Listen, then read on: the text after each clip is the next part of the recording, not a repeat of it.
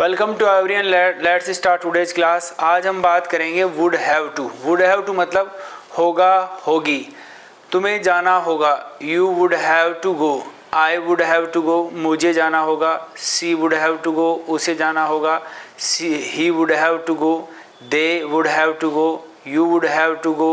Simple तरीके से इस रूल की हम बात करते हैं। देखो, would you have to play cricket, क्या तुम्हें क्रिकेट खेलना होगा। Yes I would have to play cricket, हाँ मुझे क्रिकेट खेलना होगा।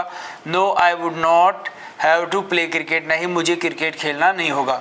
Would you have to tell truth, क्या तुम्हें सच बताना होगा।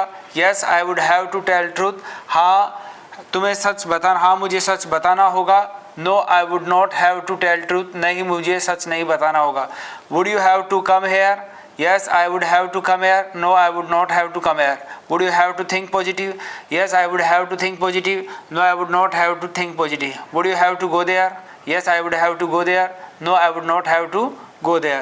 तो सिंपल तरीके से आप इस रूल की बात करेंगे।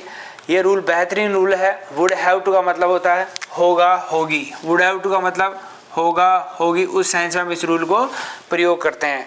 Try to understand this, try to use it, try to learn it, try to write it and make yourself perfect. Okay, we will meet again, have a nice day.